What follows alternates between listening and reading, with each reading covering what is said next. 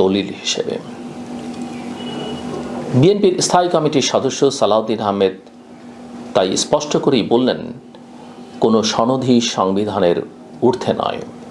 তার আশঙ্কা, জুলাই সনদ যদি সংবিধানকে ছাপিয়ে যায় তবে এটি ভবিষ্যতের জন্য ভয়ঙ্কর নজির হয়ে দাঁড়াবে। প্রশ্ন হচ্ছে, কেন এমন আশঙ্কা? কারণ বাংলাদেশের সংবিধান 1972 সাল থেকে রাষ্ট্রের সর্বোচ্চ আইন। 7-এর 2 অনুচ্ছেদে লেখা আছে, জনগণের অভিপ্রায়ের পরম অভিব্যক্তিরূপে এই সংবিধান প্রজাতন্ত্রের সর্বোচ্চ আইন এবং এর সঙ্গে সাংঘর্ষিক অন্য যে কোনো আইন বাতিল বলে গণ্য হবে। এমন একটি ভিত্তি আইনকে পাশ কাটিয়ে যদি রাজনৈতিক দলগুলো একটি নতুন সনদ তৈরি করে এবং ঘোষণা দেয় যে এর বিধান আদালতে প্রশ্ন তোলা যাবে না, তাহলে সেটি কেবল অসাংবিধানিক নয়, ভবিষ্যতে রাষ্ট্রকে চরম অনিশ্চয়তায় ঠেলে দেবে। তবে বাস্তবতাও অস্বীকার করা যায় না। 2024 সালের গণ অভ্যুত্থান ছিল ব্যতিক্রমী এক অধ্যায়। দীর্ঘ 15 বছরের দমন, পীড়ন, দুর্নীতি আর একচেটিয়া ক্ষমতার পর আওয়ামী লীগের পতন ঘটেছিল রক্তাক্ত গণবিস্ফোরণে। তখন থেকেই অভ্যুত্থানকে রাষ্ট্রীয় স্বীকৃতি দেওয়ার দাবি উঠেছিল, যাতে ভবিষ্যতে এটি ষড়যন্ত্র, বিদেশি মদদ বা উগ্রবাদীদের কাজ হিসেবে খারিজ করে দেয়া না যায়। এনসিপি ও বৈষম্য বিরোধী ছাত্র আন্দোলনের তরুণ নেতৃত্ব জোরালোভাবে চাপ দিয়েছিল।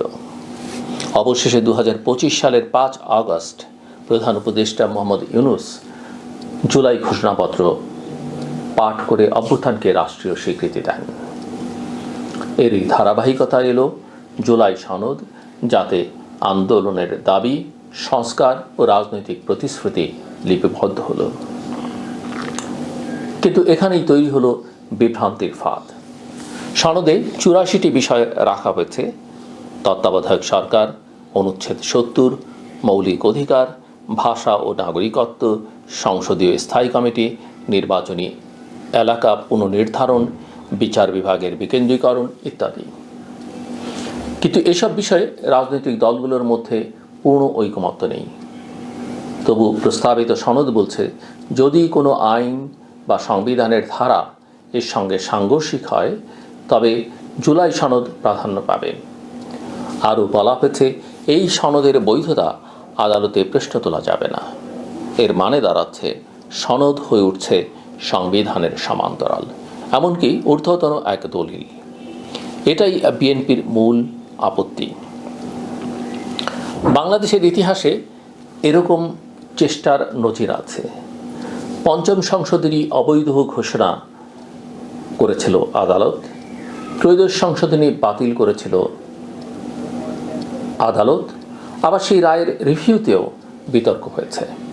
আদালত প্রমাণ করেছে সংবিধানের কোনো অংশই চিরস্থায়ী নয়, প্রশ্নাতীত নয়। তাহলে একটি রাজনৈতিক সনদকে যদি প্রশ্নাতীত করা হয়, সেটি কি আইনের শাসনের পরিপন্থী নয়?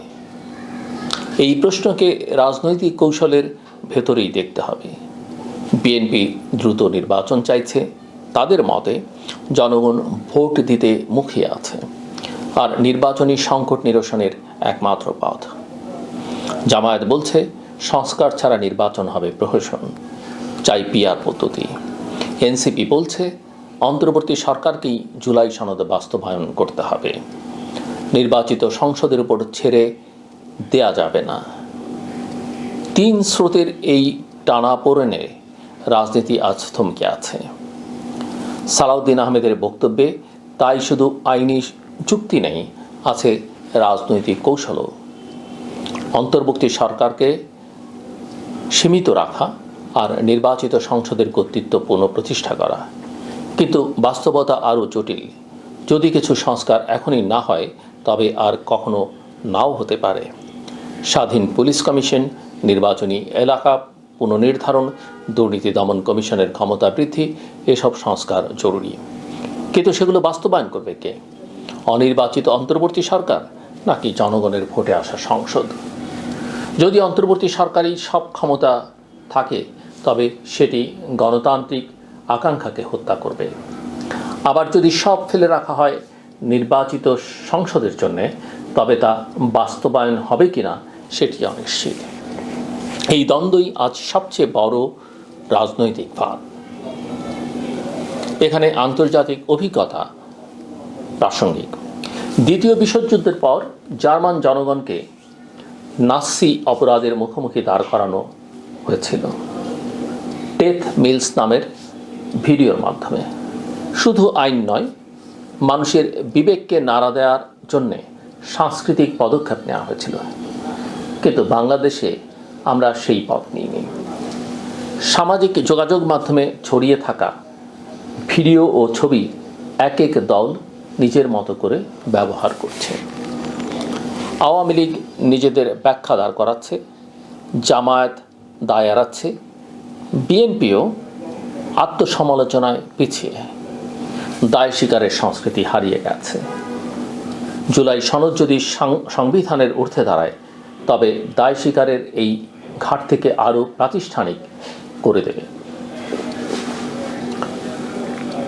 আজকের রাজনীতি মূলত ট্যাগ আর প্রচারণার খেলা। বিএনপির নেতাদের ভারতের দালাল আখ্যা দেয়া হোক, আওয়ামী লীগের ইতিহাসের একচেটিয়া মালিকানা দাবি হোক, সবই বিভাজন বাড়াচ্ছে। অথচ গণঅভ্যুত্থানের পর সুযোগ ছিল নতুন রাজনৈতিক ভারসাম্য আনার। আওয়ামী লীগের সমর্থকদেরও একাংশকে নিরপেক্ষ আনা যেত, কিন্তু ভুল কৌশল, ক্ষমতার ভাগ বাটোয়ারা, চাঁদাবাজির সংস্কৃতিতে সেই সুযোগ হারিয়ে গেছে। জুলাই সনদ যদি সংবিধানের ঊর্ধ্বে স্থান পায়, তবে বিভাজন আরও গভীর হবে। রাজনীতি আসলে এখন দায় স্বীকার না করে দায় চাপানোর শিল্পে পরিণত হয়েছে। জামায়াত 1971 সালের দায় নেয়নি, আওয়ামী লীগ 2024 সালের দায় স্বীকার করছে না, আর নতুন প্রজন্মের ছাত্রনেতারাও দুর্নীতি ও উগ্রতার দায় এড়িয়ে যাচ্ছে। জুলাই সনদ যদি এই দায় চাপানো আর দায় এড়ানোর রাজনীতিকে আইনি বৈধতা দেয়, তবে তা গণতন্ত্রকে আরও দুর্বল করবে। তাহলে করণীয় কি? গণ অভ্যুত্থানের শহীদদের প্রতি সত্যিকারের শ্রদ্ধা জানাতে হলে সাংবিধানিক পথেই সংস্কার আনতে হবে।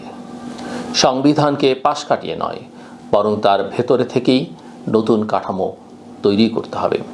নইলে জুলাই সনদ আরেকটি রাজনৈতিক দলিলে পরিণত হবে, যেটি জনগণকে একত্রিত করবার বদলে আরও বিভক্ত করে ফেলবে।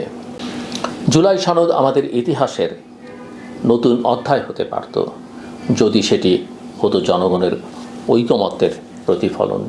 কিন্তু যদি এটি হয়ে ওঠে এক বিশেষ গোষ্ঠীর চাপিয়ে দেওয়া দলিল, তবে এটি শুধু খারাপ নজিরই তৈরি করবে না, বরং আমাদের রাজনৈতিক সংস্কৃতিকে আরও বিষাক্ত করে তুলবে। 2024 সালের গণ অভ্যুত্থান যেমন নতুন বাংলাদেশের আশা জাগিয়েছিল, তেমনি ভুল কৌশলই সেটিকে হতাশার প্রতীকে পরিণত করতে পারে। ইতিহাস ভুলে যায় না।